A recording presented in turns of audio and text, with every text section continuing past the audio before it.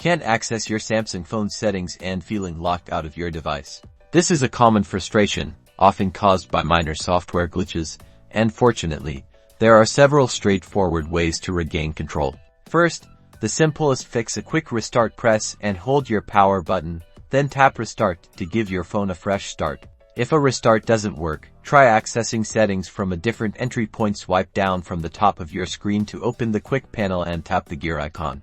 Sometimes, launching it this way can bypass a temporary blockage.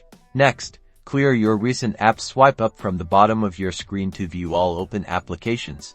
Then tap Close All to free up memory and potentially resolve conflicts. This can often clear up whatever was preventing the Settings app from opening. Certain rogue applications can interfere with system functions. Try identifying any recently installed or updated apps that might be causing the issue.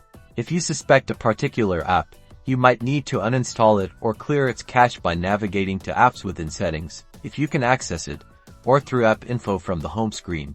Long press the app icon, tap App Info, then Storage, and clear cache to see if that resolves the conflict. Finally, ensure your phone is adequately charged. Low battery can sometimes cause system instability. Plug it in and let it charge for a few minutes. By following these steps, you should be able to restore access to your Samsung phone settings and regain full control over its functionalities.